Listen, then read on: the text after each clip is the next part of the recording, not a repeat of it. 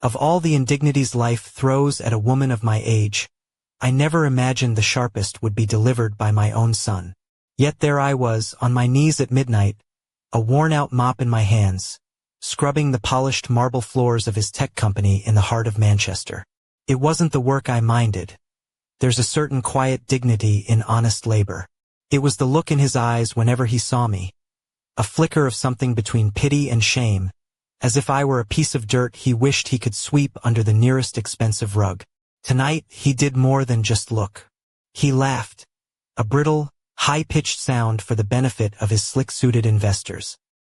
He snatched the mop from my hands, the rough wood scraping against my skin, and hurled it across the lobby where it clattered against a chrome planter. He sneered, his voice echoing in the cavernous space, that I couldn't even clean a floor properly. He told me I was sacked. He laughed again as if it were the punchline to a brilliant joke, as if I were the joke. I didn't argue. I didn't beg.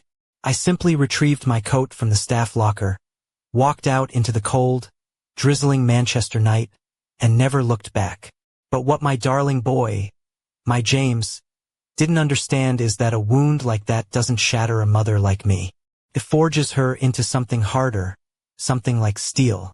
A year later, I signed the deed for the entire building, the very same one his now half-empty, financially desperate office was in. Today he came to see me, his CV clutched in his hand. And finally, I said the words I'd been holding in for a year. Tell me, son, how are you with floors? The glass and steel monolith where my son built his empire glittered under the city lights, a sharp, modern jewel in the crown of spinning fields. From the outside, it was the perfect symbol of success. Clean, ambitious, untouchable. I knew every inch of that place, better than anyone. After all, I'd spent the last 2 years of my life polishing every surface, cleaning every corner, erasing every footprint left by expensive Italian loafers on the gleaming marble. It was 9 in the evening when I arrived, same as always. My shift began when the office lights blinked out and the employees scurried home to their lives, their families, their warm beds that didn't involve mopping floors until the crack of dawn. But I never complained.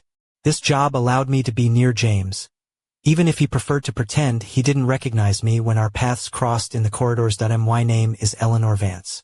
I am 62 years old, a widow for the last 5, and before I became a nocturnal janitor, I was a primary school teacher for 30 years.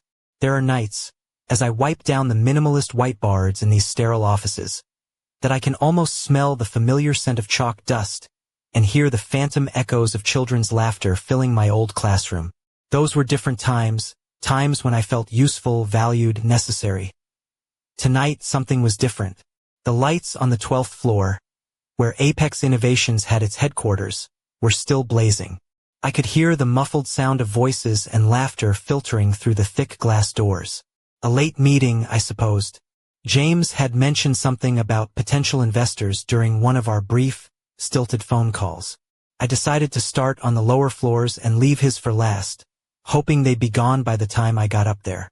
I never wanted to interrupt anything important for him, never wanted to be an obstacle on his path to the success he craved so desperately. As I pushed my cleaning trolley across the lobby, its rubber wheels squeaking a mournful tune, I couldn't help but think about how I'd ended up here. After my husband, Arthur, passed away, the world felt too big and too quiet. My teacher's pension wasn't enough to cover the rising costs of living, and our savings had been devoured by medical bills and debts Arthur had quietly hidden from me. James had just launched his tech startup, and I saw the pressure etched into the lines around his eyes every time we spoke of money. That's when I made my decision.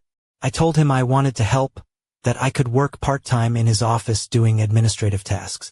He'd laughed, not cruelly, but with that awkward, pained chuckle he reserved for situations that made him feel vulnerable.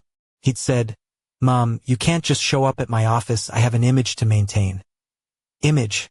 That word had become the center of every conversation with my son. His image, his reputation, his personal brand, as if he were a product on a shelf instead of a person. But I insisted, and eventually we reached a compromise. I would work the night shift, cleaning the offices.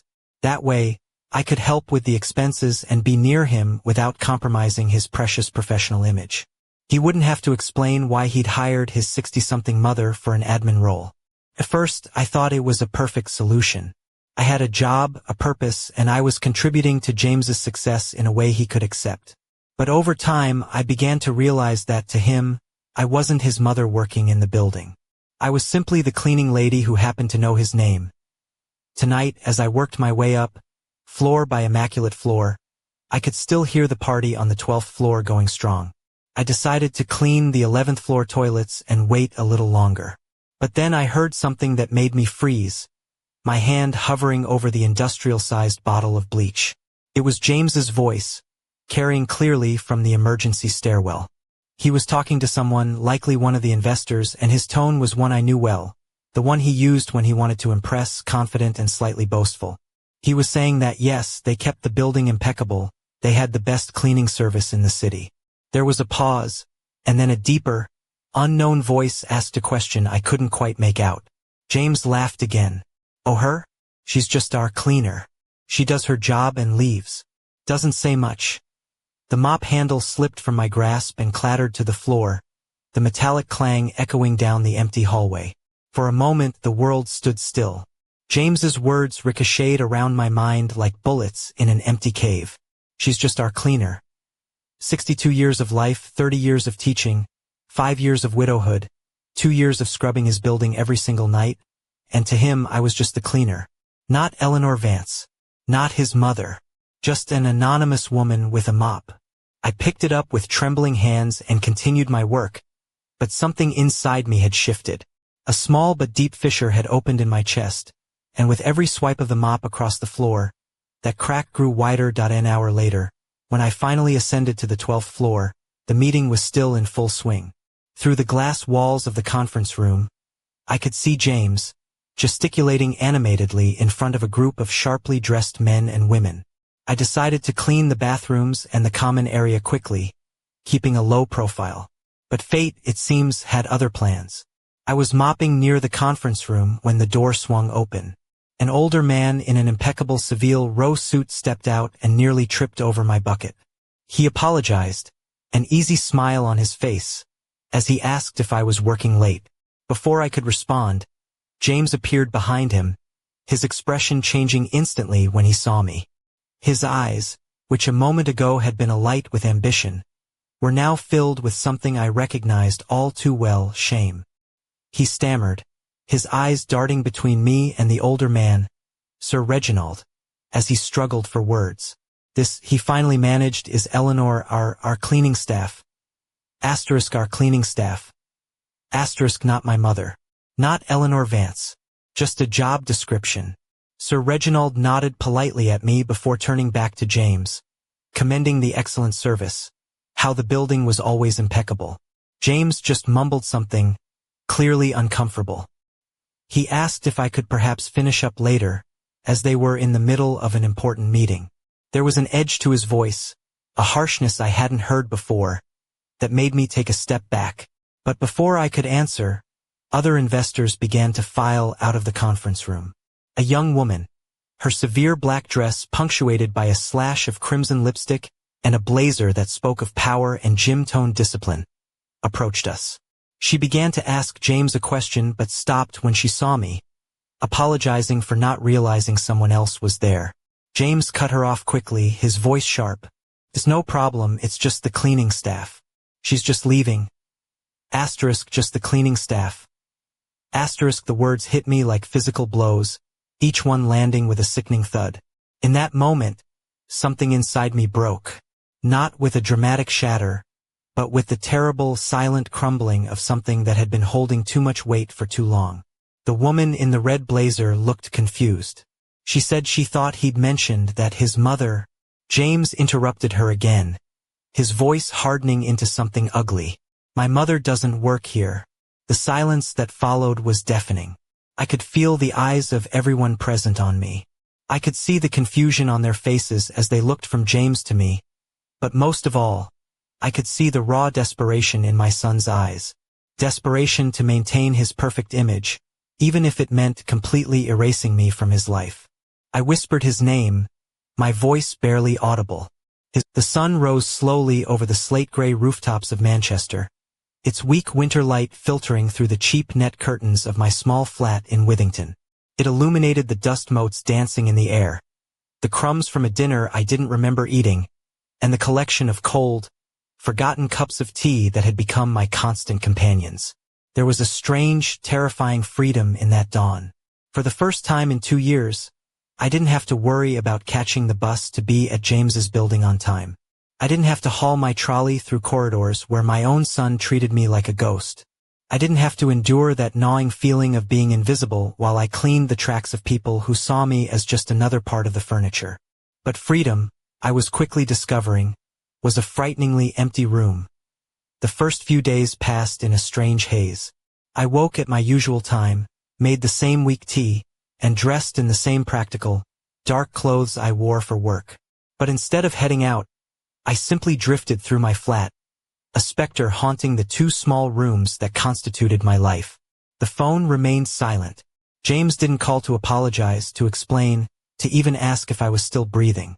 A part of me, the foolish maternal part, had hoped, or perhaps morbidly wished, that guilt would eat away at him until he had no choice but to seek me out.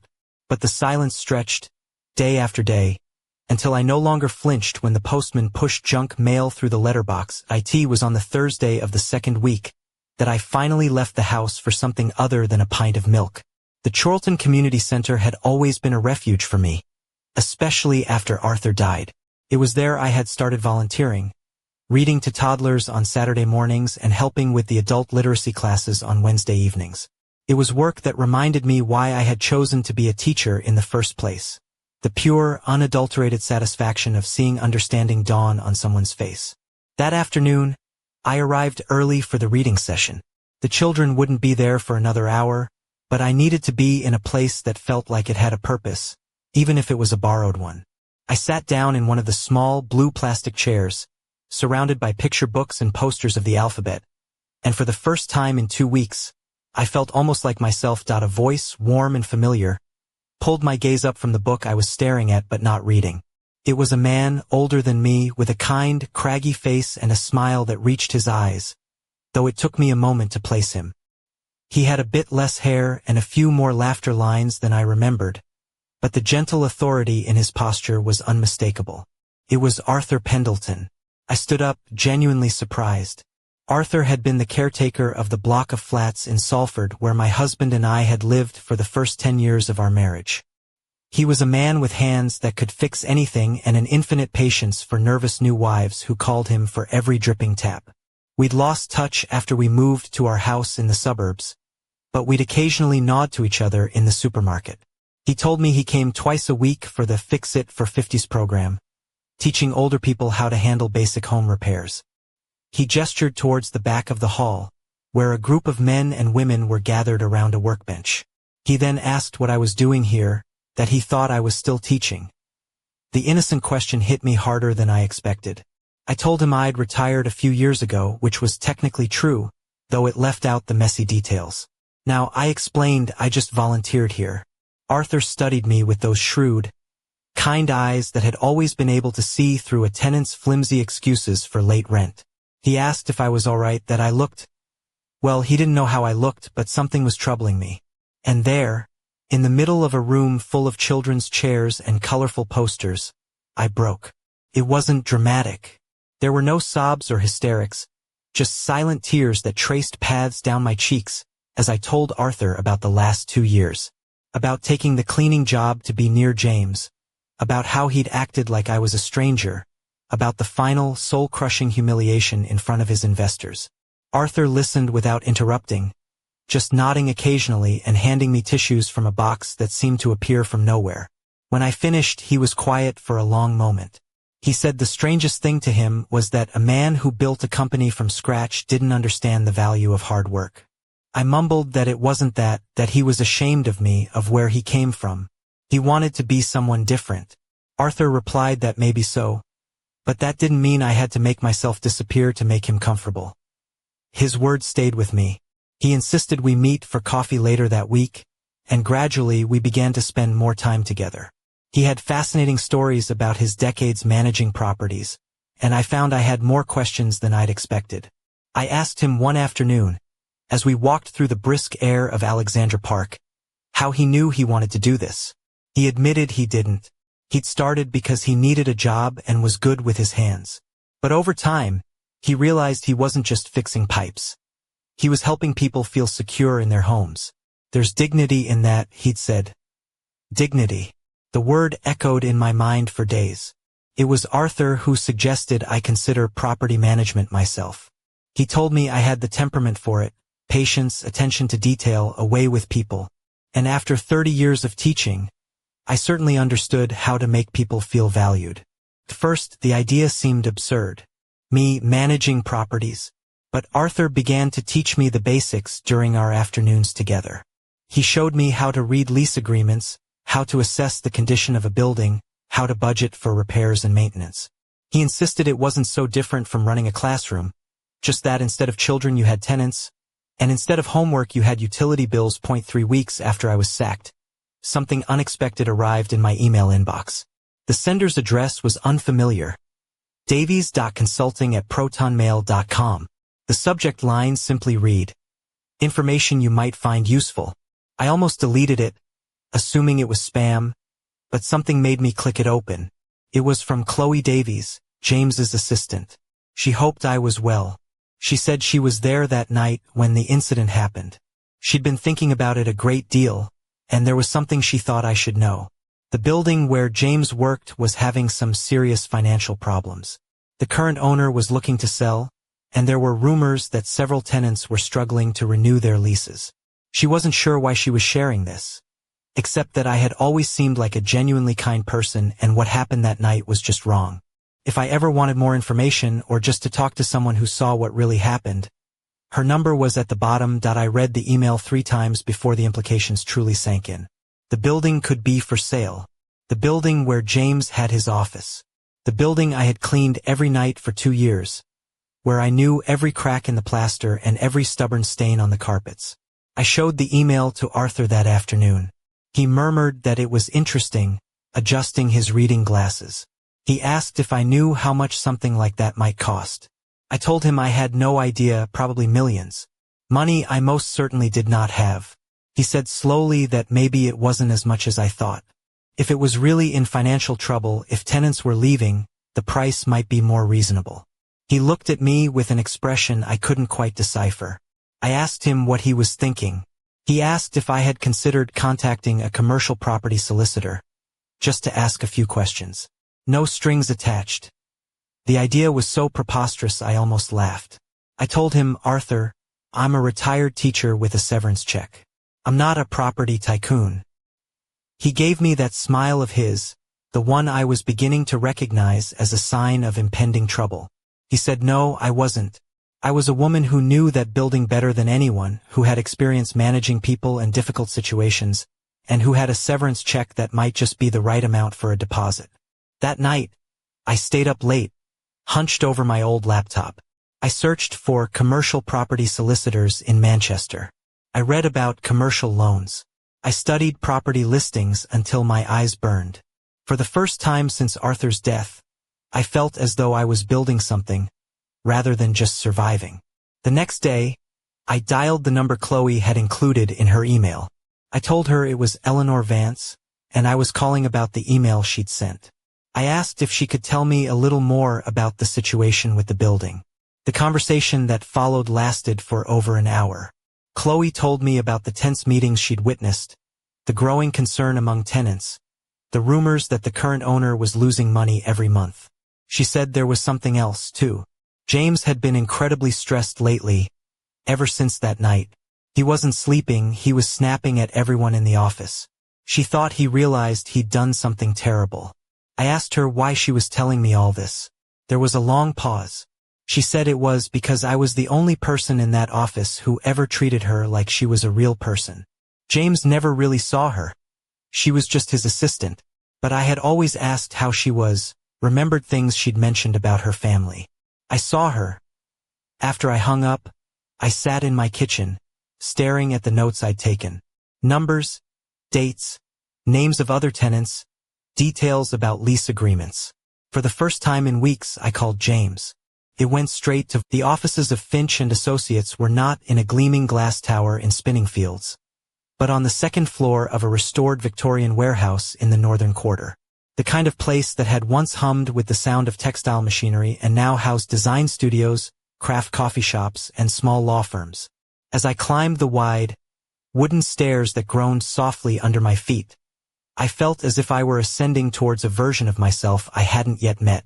The air smelled of old paper, polished wood, and strong, freshly brewed coffee. Elias Finch turned out to be younger than I'd imagined from his crisp, professional voice on the phone. Probably around James's age, with sharp, intelligent eyes that missed nothing but held no judgment.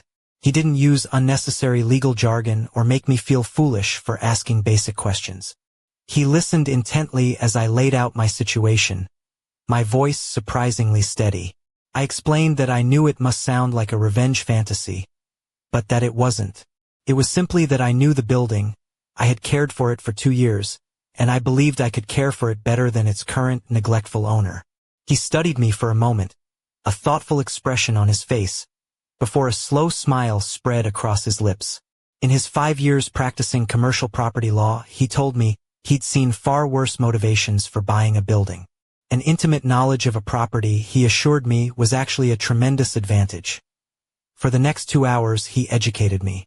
The process was a labyrinth of inspections, valuations, cash flow analyses, and financing terms. It was more complicated than I could have ever imagined, but not, as Elias pointed out, impossible.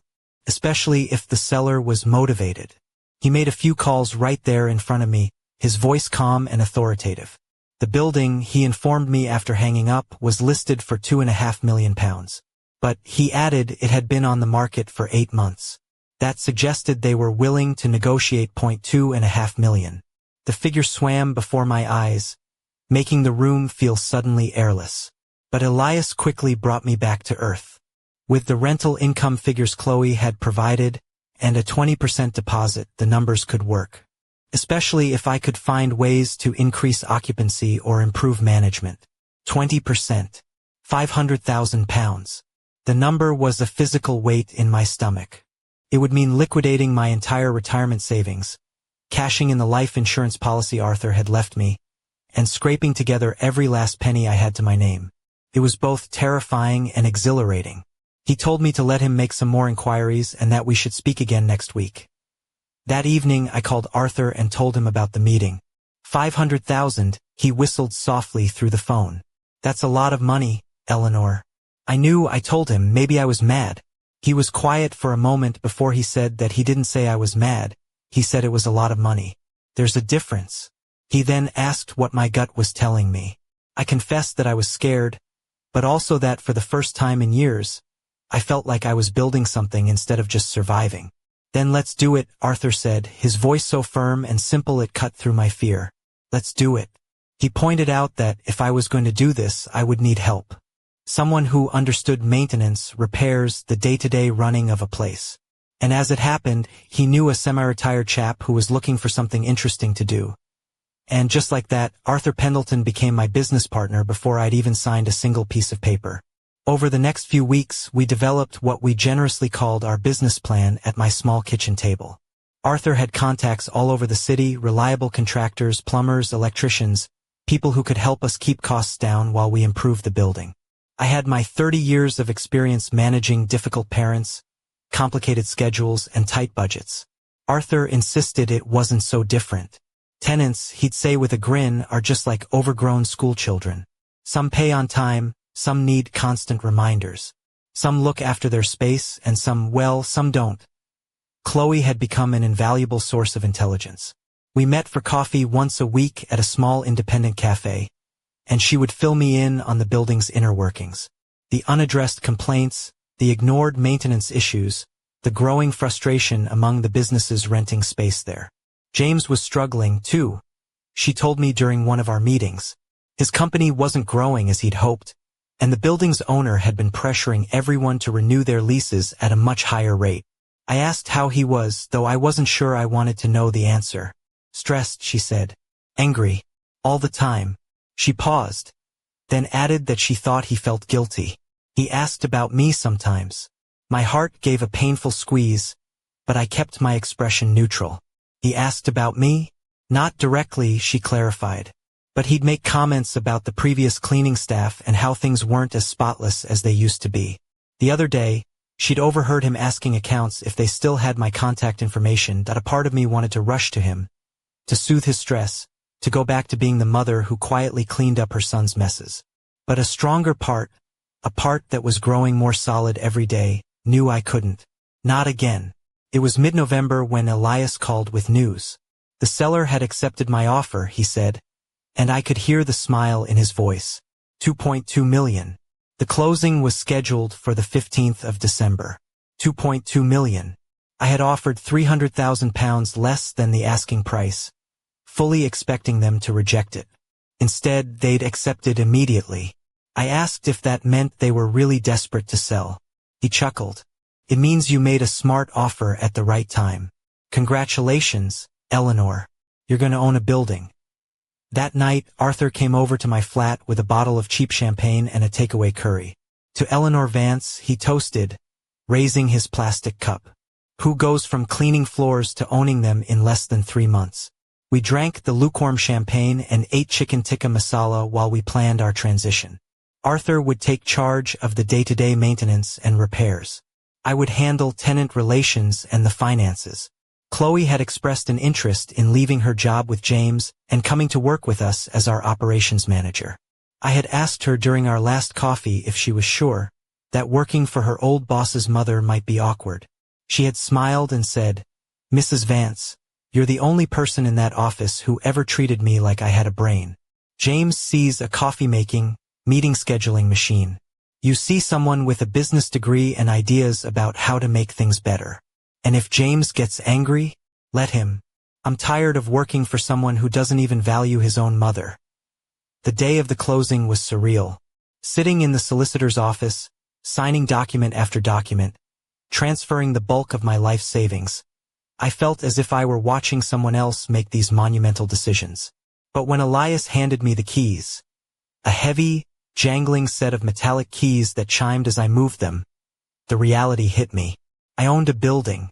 The building where James had his office. The building I had cleaned night after night, invisibly, humbly. Elias asked when I was going to notify the tenants about the change of ownership. Tomorrow, I said. I wanted it to be official before the rumors started. That night, Arthur, Chloe, and I sat in my kitchen, writing personalized letters to each tenant. We decided to be direct but professional. The new ownership would introduce themselves, explain their vision for improving the building, and schedule individual meetings to discuss any concerns. For James, I wrote a separate letter. Dear Mr. Carter, as you are likely aware, the building at 412 Deansgate has changed ownership. Vance and Pendleton Property Management is pleased to inform you that we are now the owners and operators of this property. We value all our tenants and look forward to continuing our professional relationship. Please schedule a meeting with us at your earliest convenience to discuss your lease and any needs you may have. Sincerely, Eleanor Vance, President, Vance and Pendleton Property Management. I read the letter 5 times before sealing it. It made no mention of our personal relationship. It wasn't vengeful or cruel. It was simply professional, direct, and clear about who was now in charge.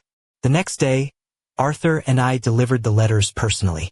We went to every office, introduced ourselves, and explained our plans. The reactions were mostly positive. The tenants had been frustrated with the previous management, and the promise of hands-on owners was well received. I saved James's office for last. When we arrived on the 12th floor, Chloe was packing her things into boxes. She'd handed in her notice that morning, effective immediately. I asked if he was in. She nodded towards his office, telling me the door had been closed ever since the letter arrived. I took a deep breath and walked towards the glass door. I could see him sitting at his desk, staring at the letter I had written. He looked younger, somehow, less sure of himself than the polished image he'd projected to the investors. I knocked softly. James looked up, and our eyes met for the first time since that terrible night. I saw shock, confusion, and something that might have been shame flash across his face. Slowly, He walked to the door and opened it. "Mom," he said, his voice barely a whisper. "Hello, James," I replied. The silence stretched between us, thick and heavy as a shroud. James stared at me as if I were a ghost who had wandered out of a bad dream to haunt him. His eyes, the same deep brown as his father's, darted from my face to the letter still clutched in his hand.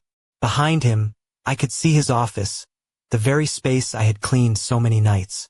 It had always been a shrine to minimalist success, but now it looked frayed at the edges, cluttered with stacks of paper and empty coffee mugs. A battlefield after a lost war. He finally stumbled back from the door, gesturing vaguely towards the two plush chairs in front of his mahogany desk as he struggled to form a coherent question. He wanted to know how I could possibly have found the money. I sat down in the chair usually reserved for important clients, the leather cool against my back, and told him plainly. I used my retirement savings, I said, and the life insurance policy his father had left. The color drained from his face. He protested that I couldn't have spent all of Dad's money on this, that it was for my security, my future. I met his panicked gaze and told him that this was my future. That he then asked the question I had been expecting, the one that stung more than I wanted to admit. He asked if this was all for revenge, because he had sacked me. The accusation, revealing just how little he truly knew me, hurt more than the public humiliation itself. I leaned forward, my hands clasped in my lap to keep them from trembling. I told him no, it wasn't revenge. It was because I knew this building. I had cared for it for 2 years. I knew every leaking pipe, every flickering light, every frustrated tenant. I told him I could do it better. Better than hiding problems under new carpets. Better than ignoring maintenance requests. Better than treating people as if they were invisible. He flinched as if I'd slapped him. He began to stammer about that night, about the pressure he was under, the investors, the company not doing as well as he'd projected. He said when he saw me there with the mop and bucket, he didn't know what to do. His voice, usually so confident, rose and then cracked. He had been talking about his professional image, about how he'd built this company from nothing, and suddenly there I was. His mother, I finished the sentence for him. His mother, who had been cleaning his office for 2 years to help him out. He insisted they paid me. I reminded him that I was paid the absolute minimum to work through the night cleaning floors, and that I did it because I wanted to be near him, to support him. But he had turned it into something to be ashamed of. He fell silent, staring at his hands. When he spoke again, his voice was barely a whisper. He told me the investors had pulled out. Not just from the deal, but from him entirely. After what happened that night, one of them, Sir Reginald, had called him. He said that any man who would treat an older employee with such public disdain, especially in front of potential partners, was not someone they wanted to do business with. James looked up, his eyes hollow. "They didn't even know you were my mother," he said. "It didn't matter. They said my character was flawed." The weight of his confession settled between us. He hadn't lost the investment because I was his mother. He had lost it because of who he had shown himself to be. I asked him what was happening now. He admitted he was struggling to keep the company afloat. He'd lost 3 more employees in the last month because he couldn't make payroll. The previous landlord had raised the rent. And he stopped, looking at me with a mixture of raw desperation and wounded pride. He finally asked the question that hung in the air between us. Was I going to evict him? The power to do so was a heavy, unfamiliar weight in my hands. I could end it all for him right now. Take away the office that had been the symbol of his success. For a moment, I let myself imagine the grim satisfaction. But sitting there, really seeing my son for the first time in years, I didn't see the arrogant young man who had humiliated me. I saw a scared 33-year-old who had made terrible choices and was now drowning in the consequences. No, I said finally. I wasn't going to evict him. The relief that washed over him was so profound it was almost painful to watch. But I continued, things were going to change. This building would be run differently, with professionalism, respect, and real attention to the needs of every single tenant. He nodded quickly, promising anything I needed, any changes I wanted to make. I told him there was one more thing. I took a deep breath, knowing that what I was about to say would change everything between us. His company was struggling, wasn't it? Financially. He nodded reluctantly. I asked him how many employees he had left. 2, besides himself. And Chloe had just resigned, so I told him I had an offer. He looked at me warily, and I laid it out plainly. A job with Vance and Pendleton Property Management. The confusion on his face was absolute. He asked what kind of job. I told him maintenance, cleaning, minor repairs. The kind of work that keeps a building standing. The shock on his face would have been comical if it weren't so tragic. He was being offered a caretaker's job?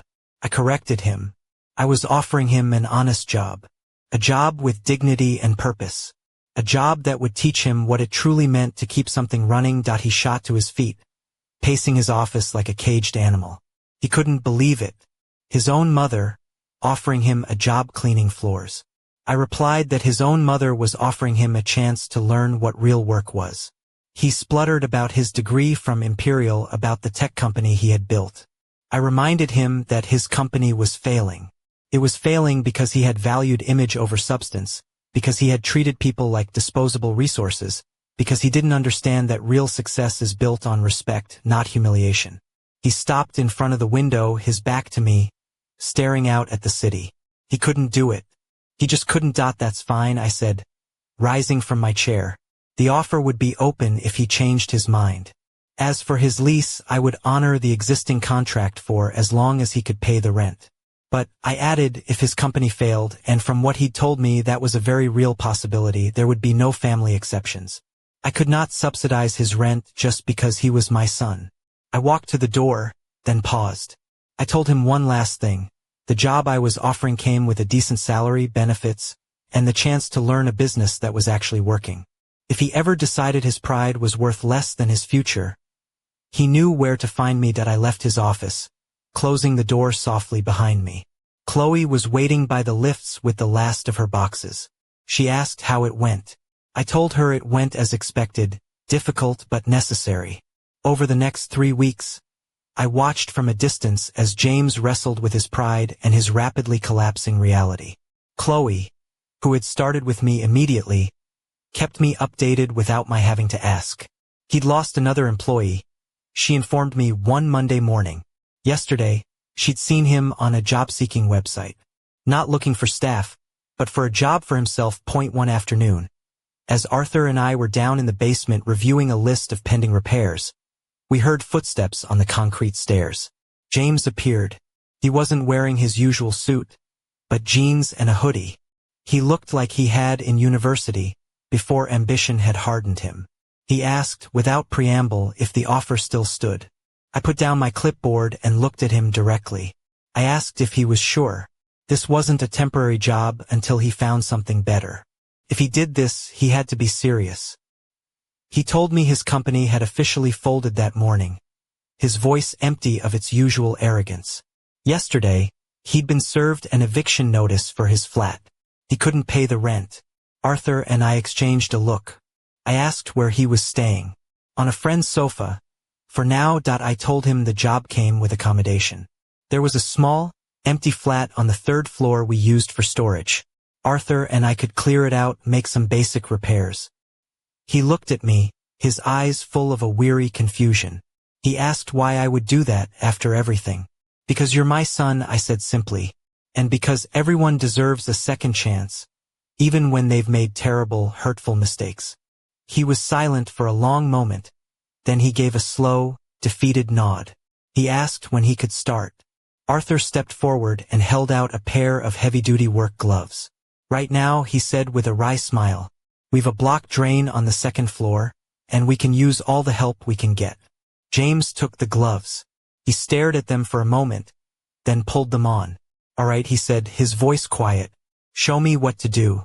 James pulled on the work gloves with the grim resignation of a condemned man. His expression a mixture of shame and sullen defiance.